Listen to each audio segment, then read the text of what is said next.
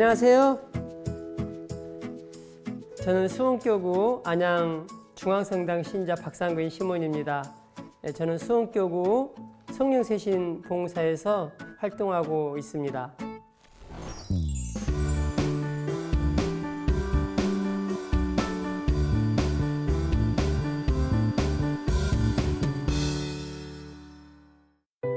젊은 시절 저는 고향을 떠나 안양이라는 낯선 도시에 올라왔습니다. 아무런 연고도 없던 이곳에서 일을 구하고 조금씩 자리를 잡아갔는데요. 그러다 제 사업을 하고 싶어 가구 제조 공장을 시작하게 됐습니다. 그런데 사업은 순탄치 않았습니다. 거래처 사람들의 배신으로 엄청난 손실을 입게 된 것입니다. 저는 분노와 원망으로 하루하루를 살았습니다. 그런데 하느님은 저를 좌절하도록 내버려 두지 않으셨습니다. 그들을 용서하고 다시 이겨낼 수 있도록 저를 이끌어 주셨습니다.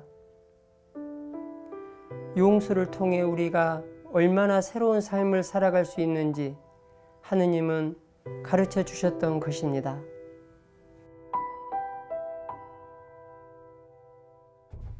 저는 굉장히 가난했습니다. 가난한 집안에서 태어났고 또 제 아내도 가난했고 그래서 많은 빚을 지고 사업을 했어요. 그래서 이제 젊은 혈기에 그 빚을 빨리 이제 복구하려고 많은 거래처를 제가 이렇게 형성을 했죠. 그런데 그 IMF 때라 많은 사람들이 그때 이제 문을 닫고 그런 시기였는데 어느 날 수금을 하려고 갔는데 그 문이 닫혀 있는 거예요. 그래서 오늘 좀 문을 늦게 열려나 이런 마음을 가지고 다른 거래처도 갔는데 그 거래처도 문이 닫혀 있는 거고 또 다른 거래처 갔는데 그 거래처도 문이 닫혀 있는 거예요. 그래서 이거 이상하다 오늘. 느낌이 굉장히 이상했습니다.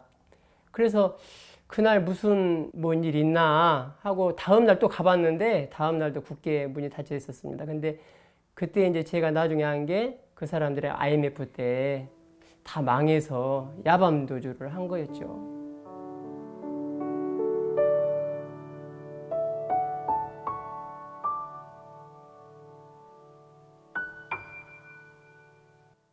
이걸 아내에게 어떻게 이야기해야 될까?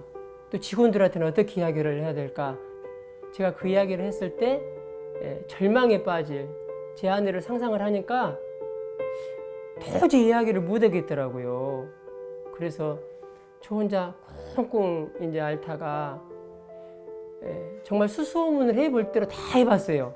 근데 도저히 찾을 수가 없었어요. 그분들이 연락도 안 되고 이미 다 끊겼고 날짜가 하루, 이틀, 3일, 일주일 막 이렇게 가니까 그 사람들을 제가 찾아낼 수가 없고 연락도 안 되고 모든 게 두절이 되다 보니까 제 안에서 미움이라든가 증오라든가 그리고 이제 막 복수심이 이렇게 차오는 거예요.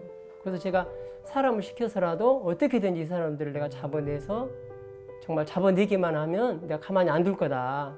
이런 엄청난 증오심이 이제 좀 불타오르기 시작했죠. 그때 저도 젊었고 막 그랬기 때문에 그런 이제 와중에 제 영혼은 완전히 피폐해가고 메말라가고 신앙생활 잘한다고 제가 생각을 하고 있었는데 열심히 한 줄 알았는데 저는 열심히 한 것이 아니었어요. 그냥 까매지고 신앙이 다 어디로 가버리더라고요. 그게.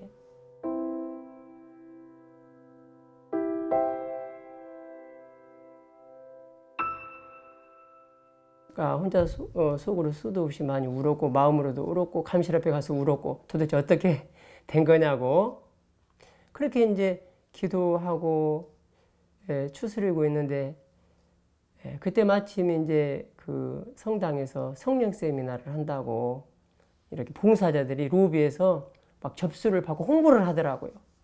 그래서 8주간의 교육인데 한번 받아보면 삶이 아주 풍요로워질 거다. 살아계신 하느님을 만날 수 있다. 이렇게 막 홍보를 하는 거예요. 막 접수를 하는 거예요.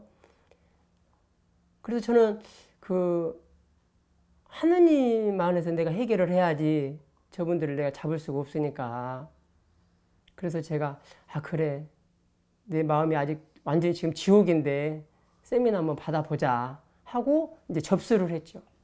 그리고 이제 이렇게 8주간의 이제 성령 세미나를 받기 시작한 거예요.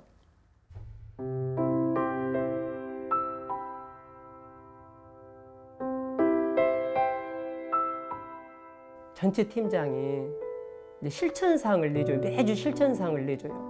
근데 그 실천사항이 뭐였느냐 하면, 여러분들이 미워하는 사람이 있다면, 용서하지 못한 사람들이 있다면 한번 노트에 적어보고 용서가 되어지면 지워나가라는 숙제를 내줬어요. 그런 실천사항을.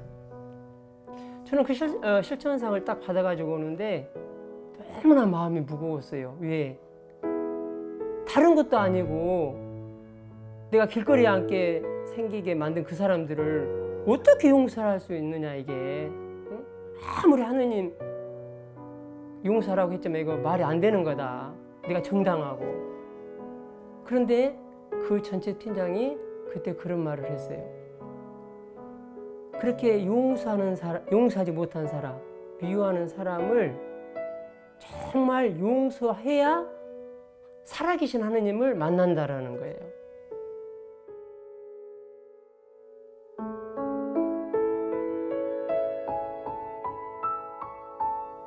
그 말씀이 계속 이게 도는 거예요. 저는 정말 하느님을 만나보고 싶었거든요. 이렇게 하루 이틀 지나는데 계속 그 용서하고 싶은 마음은 생기는데 이제 하고 싶지는 않은데 해야 되겠다는 마음은 생기는 거예요.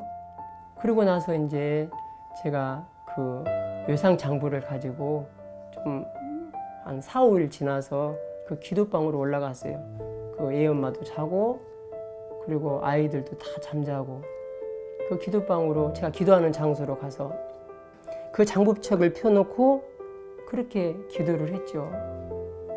주님, 저는 용서하고 싶지도 않고 또 용서할 마음도 생기지도 않고 그러는데 주님께서 저 팀장의 입술을 통해서 저에게 용서하라고 하니까 제가 한번 용서해 보려고 노력해 보겠습니다. 그러니 정말 당신께서 제가 용서하기를 바라신다면 용서할 수 있는 그 마음을 달라고. 그리고 제가 이제 생각했는 것이 그거였어요. 장부책을 펴놓고 그 사람들을 열거하면서 이제 용서를 하기 시작했어요. 주님, 김아무개 사장이 저에게 빚진 돈, 이 돈을 탕감하겠습니다. 하고 이제 제가 그 볼펜 가지고 와서 이렇게 밑줄을 이렇게 다 그었죠. 주님, 박아무개 사장이 저에게 빚진 돈, 이 돈을 탕감하겠습니다. 근데 그렇게 탕감하는데 막 목에 베이는 거예요. 제가 의지적으로 하는 거기 때문에. 용서하고 싶어서 하는 게 아니라 의지적으로 하는 거기 때문에. 근데 계속 그렇게 해서요. 주님, 이 아무개 사장이 빚진 돈, 이 돈을 저 탕감하겠습니다. 이 사람들 용서해달라고. 그런데 제 마음이 너무 무거워요. 무거워. 그러면 이 다음에 내가 행동을 어떻게 해야 될까 하고 이제 생각해 본 게 이 장부를 다 없애야 되겠다. 그래서 제가 이제 주택에 살았는데 그 이제 주택에 보니까 그 마당 한쪽에 큰 그 페인트 깡통이 있었어요. 페인트 다 바르고 그 깡통을 갖다가 그 장부를 놓고 다 불질내서 없앴습니다.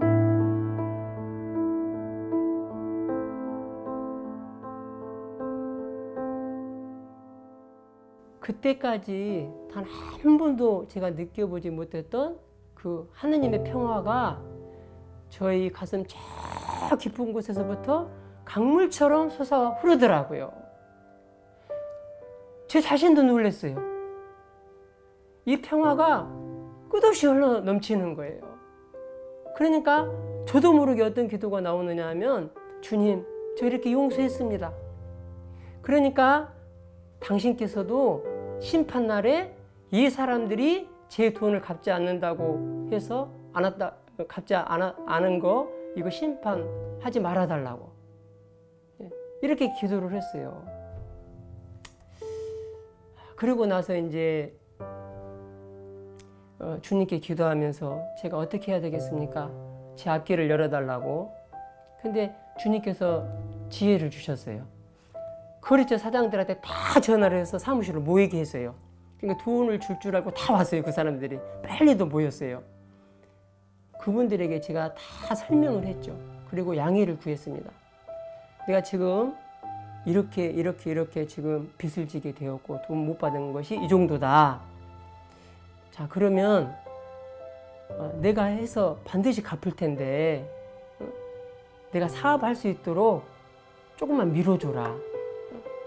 여러분들에게, 여러분 거래처에게 그 결제할 금액, 이 돈은 내가 나중에 벌면 갚으겠다. 그렇지만 지금부터 쓴 재료는 내가 한 달 말일날 결제해주겠다. 틀림없이 해주겠다. 한 달씩만 여유를 줘라. 그리고 그 결제 금액은 내가 마지막에 다 갚도록 하겠다. 벌면 갚겠다.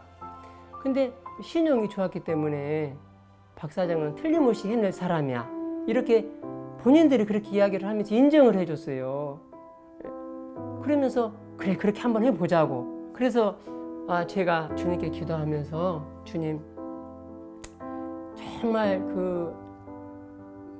제가 앞으로 당신의 영광을 위해서 저는 일하고 싶다고, 제 앞길을 다시 열어주신다면 제가 당신을 위해서 제가 충성을 다해서 이렇게 봉사도 하고 이렇게 살고 싶다고.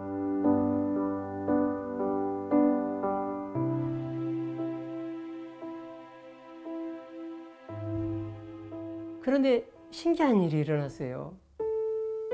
바로 그때부터 이제 새로운 거래처들이 형성하게 됐어요. 막 이렇게 형성이 되어지는 거예요. 저희 공장에 이렇게 가다가 그 업자들이, 제가 전혀 모르는 업자들이 저희 공장에 와서 거래하자고 그랬어요. 근데 그 업자들이 어떤 업자들이었느냐 하면 그 다른 거래처, 다른 공장이 있었을 텐데 그 IMF 때문에 그 공장이 망했어요. 그러니까 이분들이 새로운 거래처를 찾아야만 했어요. 근데 지나가다 보니까 저희 공장이 간판이 눈에 들어온 거예요. 들어와서 몇 마디 이야기해보고 그래, 한번 해보고 싶다. 이렇게 이제 거래처가 형성이 되기 시작했습니다. 네. 그런데 그 거래처들이 완전히 VIP 거래처였습니다. 하느님께서 그렇게 이끌어 주셨습니다. 하느님께서 저에게 정말 폭포수처럼 쏟아졌습니다. 저는 정말 그 공장을 풀 가동을 하면서 밤낮으로 일해야만 했어요. 그 성당 빼고는, 제가 꼭 성당 가야 할 그 시간 빼고는 그냥 공장에서 일을 그냥 밤낮으로. 제 별명이 저희 직원들이 뭐라고 그러냐면 소였어요, 소. 그 정도로 일밖에 몰랐어요. 그렇게 밤낮으로 쏟아졌는데 제가 처음에 사업을 할 때 그 빚진 돈, 그 몇천만 원 된 그 돈과 또 그분들이 제 돈을 갚지 않고 떼어먹고 도망간 돈, 야반도주에서 도망간 돈, 그 빚들이, 그리고 제가 거래처에게 결제를 해줘야 되잖아요. 그 돈들이 6개월 안에 다 해결해 놨습니다. 엄청나게 쏟아주셨습니다. 그때 당시에 제가 하루 전화를, 과정을 좀 더 보태면 100통화 이상 받은 것 같아요. 집에 와서도 계속 밥 먹으면서도 전화가 오고 식사 쉴 틈이 없었습니다. 그러니까 전화만 올리면 노이로제가 막 걸렸어요. 이거 사는 게 아니다, 사람. 그러니까 그만큼 많이 일을 하고 많이 부어준 것이죠, 하느님은. 저에게 일감을 쉴 수 없이 들어온 거죠. 근데 제가 봉사의 길을 이제 가야 되겠다. 근데 이런 상황에서는 내가 봉사를 할 수 없을 것 같다. 그래서 아주 굳은 마음을 먹었어요. 내가 축소를 해야 되겠다. 근데 하느님을 만나고 그 자동으로 정리해 주셨습니다. 제가 그렇게 마음을 먹었는데, 왜? 제가 이제 술을 끊으니까 그 직원들이 제가 한 달만 술을 같이 안 먹으니까 그런 말이 나오더라고요. 야, 우리 사장 이제 돈 벌어서 별했다. 술도 안 사주고, 응? 우리 마음 읽어주지도 않고. 그러더니 한 사람 한 사람 다 떠나더라고요. 내비뒀습니다. 그냥 나가라고. 저는 절대 먼저 제가 이렇게 그만두라는 소리는 못해요. 마음이 약하고 정이 많아서. 근데 제 발로 다 나가게 되더라고요. 한 10명 이상 남짓 일을 했는데 우리가. 그래서 그때 제가 처음에 바랬던 마음처럼 이제 정말 축소해야 된다. 하느님 그렇게 이끌어 주셨나 보다. 그래서 제가 그때 느낀 게 그 하느님이 얼마나 귀가 예민하신지 제가 속으로 그렇게 생각을 했는데 그분은 그때부터 전부 이렇게 이끌어 주시는 거예요. 그래서 과감하게 축소를 하고 제가 이제 혼자 일하면서 그때부터 혼자 일했습니다. 혼자. 하느님이 어떤 상황에서도 나와 함께하고 계시고 어떤 상황에서도 나와 동반자가 되어주고 계시구나. 이걸 확실히 제가 느끼게 되고 체험하게 됐어요. 네. 그러니까 내가 정말 하느님 안에 머물러야 되겠다. 하느님이 나에게 이렇게 많이 베풀어 주신 것처럼 나도 하느님께 정말 충성을 다해야 되겠다. 그러면 제가 어떤 방향으로 가야 할지 이끌어 달라고 계속 기도하면서 제 길을 가게 되었죠. 그런데 그때부터 제가 준비를 하고 또 이렇게 신학원 나와서부터 이렇게 말씀 봉사자로 하느님 말씀 전하고 그 말씀 전하면서 또 이렇게 교구나 대리구의 본당에 이런 우리 성령 봉사자로서 봉사할 부분들은 또 다 같이 해 나가면서 그렇게 하고 있죠.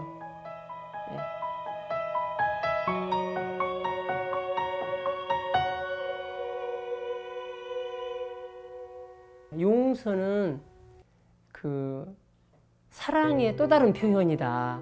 이 용서는 하느님께서 사랑하라고 그랬는데 그 사랑의 또 다른 표현이 뭐냐면 용서다.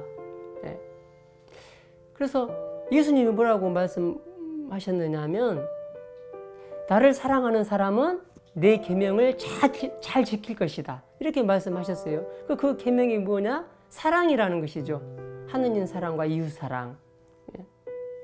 그러니까 우리가 정말 하느님을 사랑하는지 사랑하지 않는지를 보려면 정말 그 사람이 내가 용서할 수 없는 사람을 용서하는 삶을 살아가는가, 이걸 보면 정말 하느님을 얼마만큼 사랑한지 그걸 알 수 있어요. 제가 그렇게 큰 용서를 하다 보니까 제가 이 봉사를 하면서 많은 사람들의 이렇게 면담도 하고 상담도 하면서 또 질문도 하고 그런 용서하지 못한 사람들 가정 안에서나 또 그 어떤 이웃끼리 그런 말을 들었을 때 그 용서가 어떤 것이라는 것을 제가 말해 줄 수 있게 되었어요. 제가 체험을 했기 때문에. 용서는 바로 행복으로 초대되는 거다, 우리가.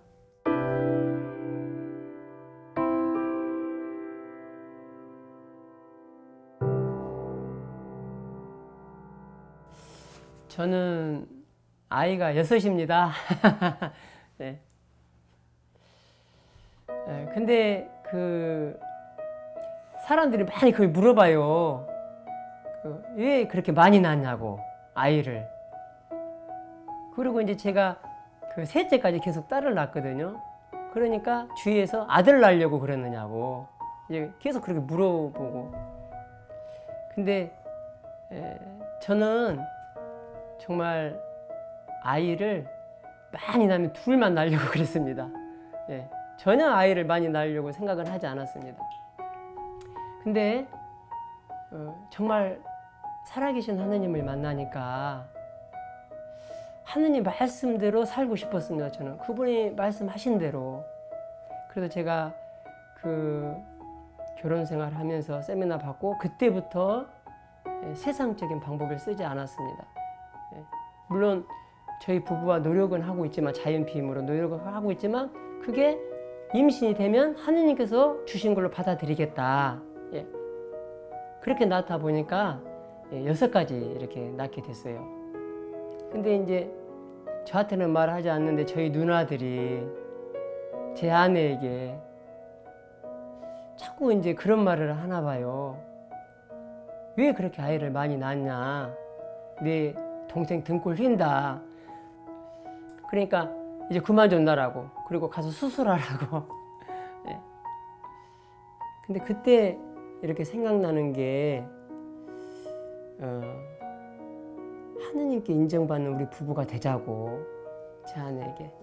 사람한테 인정받는, 그러면 사람이 되지 말고 우리 하느님께 인정받는 부부가 되자. 그분이 우리 마음을 다 보고 계시고 우리 마음을 헤아리고 계실 거다. 그러니까 이제 그때부터 제 아내가 좀 자유로워졌어요. 아이들이 많지 않은 가정은 부모들은 잘 모를 것입니다.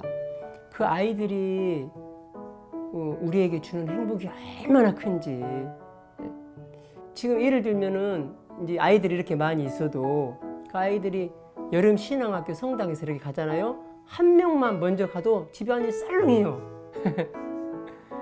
각자 그 고유한 그 색깔이 있어요. 아이들이 고유한 색깔이 있더라고요. 그 아이들을 키우는데 너무 행복했어요. 그러면 그 키울 때 그 물질적인 게 가장 이제 힘들 것 같잖아요. 근데 그것까지도 하느님이 전부 다 이끌어 주셨어요. 예를 들면 저희들은 그 아이 키울 때 옷을 사준 적이 별로 없어요. 성당에서 요즘에는 하나나 둘 낳잖아요. 그러니까 금방 커버리잖아요. 옷들이 다 새 거예요.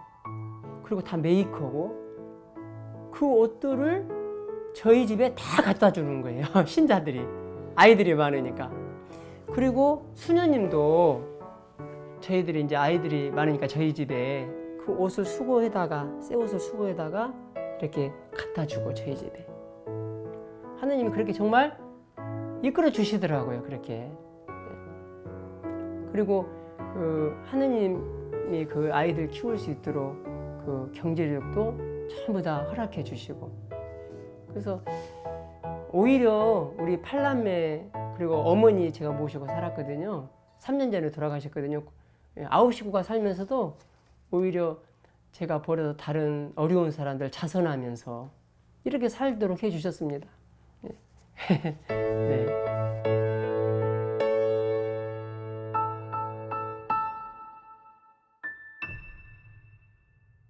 부모라면 가장 좋은 것을 주고 싶잖아요.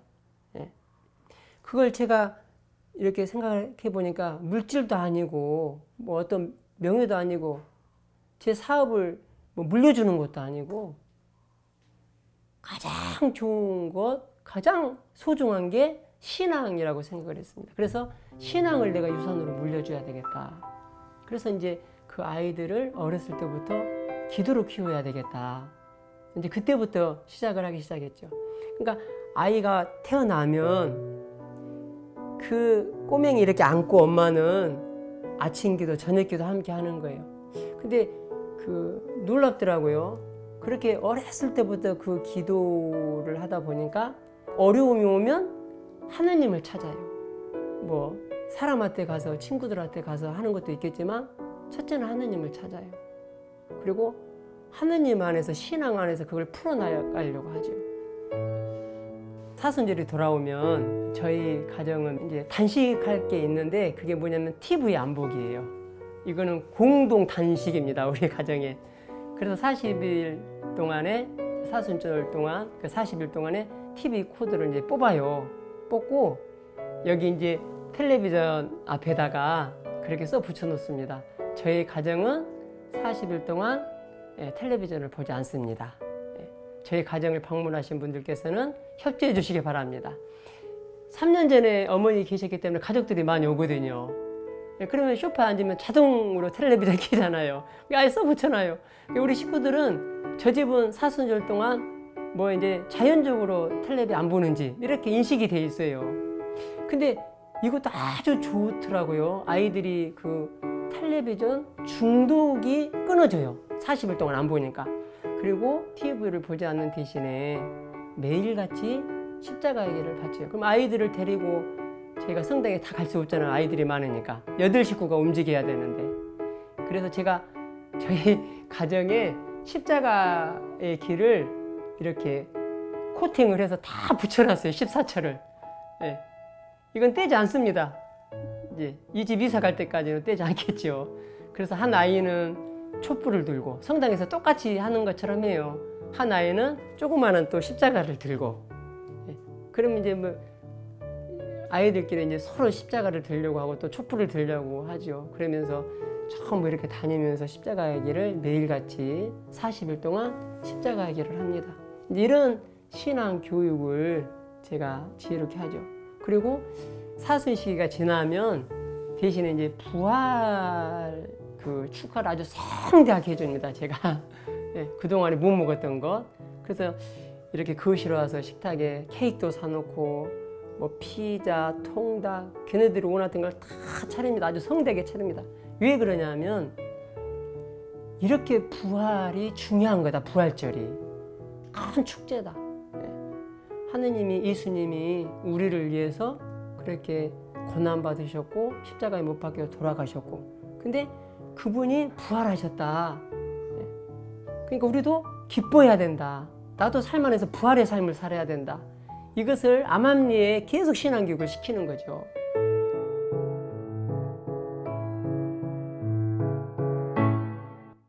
아이들을 어떻게 키울 거냐, 교육을 어떻게 시킬 거냐, 저는 걱정하지 않았거든요. 왜? 하느님께서 이 아이들을 주셨다면 하느님께서 이 아이들을 잘 이끌어 주실 것이다. 이런 확신이 있었어요. 하느님께서 이 아이들을 정말 이 아이들이 사회에 나갔을 때 하느님의 영광을 드러내고 또 사회에서도 신앙인으로서 정말 잘 살아가는, 그래서 하느님의 영광이 또 그 사회에서도 드러나는 그런 아이들로 주님께서 이끌어 줄 거다. 이런 확신한 믿음이 있었기 때문에 전혀 개의치 않았습니다. 네. 제가 정말 봉사하다가 아니면은 일하다가 지쳐서 이렇게 돌아왔을 때, 밤 11시에 이렇게 지쳐서 돌아왔을 때 아이들이 여기 팽 둘러 앉아서 거실에 기도를 해요, 엄마랑. 그걸 보면 제가 그 피곤했던 것들이 전부 그냥 한순간에 눈 녹듯이 녹습니다. 그리고 너무 행복해요. 너무 좋다. 내가 정말 잘 이끌어 줬구나. 응? 어디서 이런 행복을 맛볼 수 있을까?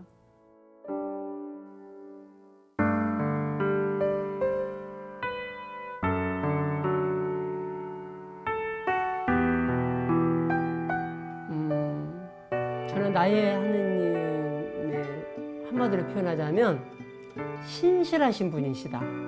이분은 하느님이 신실하시다. 이렇게 말씀드리고 싶습니다. 어떻게 키울 거냐, 아이들. 저도 인간인지라 좀 막막할 거 아니에요. 근데 일감이 좀 줄어들고 또 제가 사업 축소를 했잖아요. 그러면 이제 직원들이 없으니까 그만큼 매출이 줄어들었을 거 아니에요. 그만큼 소득도 줄어들었을 거 아니에요. 그러면 저는 예수님께 뗐습니다. 아, 주님께서 낳기만 하라고 하지 않았습니까?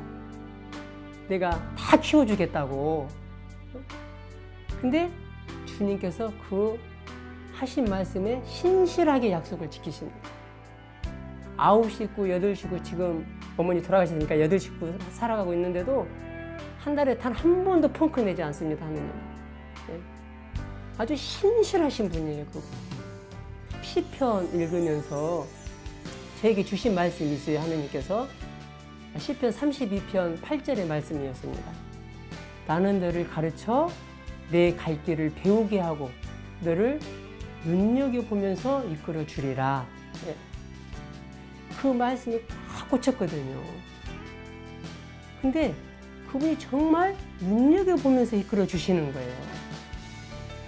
모든 일 안에, 모든 삶 안에 그분이 정말 개입하셔서 저와 저희 가정을 끌고 가신다는 것을 제가 체험하고 있습니다. 그래서 우리 인간은 한번 뭐 약속을 했다, 이랬다 저랬다 그러잖아요. 변동이 막 심하잖아요. 근데 하나님은 그렇지 않으셔요. 신실하셔요. 그래서 우리 마음이 정말 하느님께만 향해 있다면, 내가 어디 있든지 무슨 일을 하든지 하느님께만 향해 있다면 그 신실하신 하느님을 만날 수 있습니다. 그리고 그 신실하신 하느님을 체험할 수가 있어요. 그래서 저는 나의 하느님을 신실하신 하느님, 이렇게 말씀드리고 싶습니다. 네.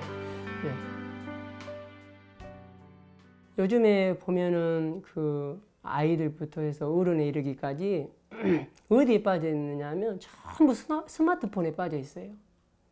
과학 문명이 앞서가고 정보화 시대다 보니까 모든 그 자료들이 입수가 되니까 마치 하나님이 없는 것처럼 느껴져요.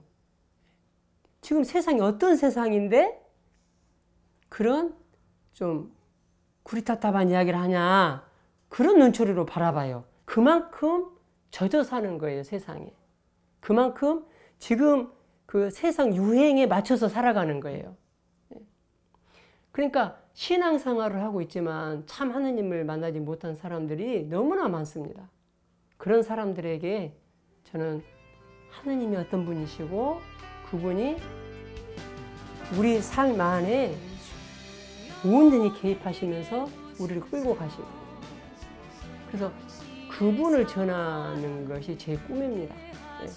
복음을 전하는 것이, 하느님을 알리는 것이, 그리고 그 마지막 그 순간에 하느님 허락하시면 저는 이제 시골 성당 같은데 일손이 부족하니까 그런 데 가서 마지막으로 예비자들 예비자들 오면 제가 예비신자 교리 가르치면서 이 생을 마지막 하고 싶습니다. 제 아내와 함께.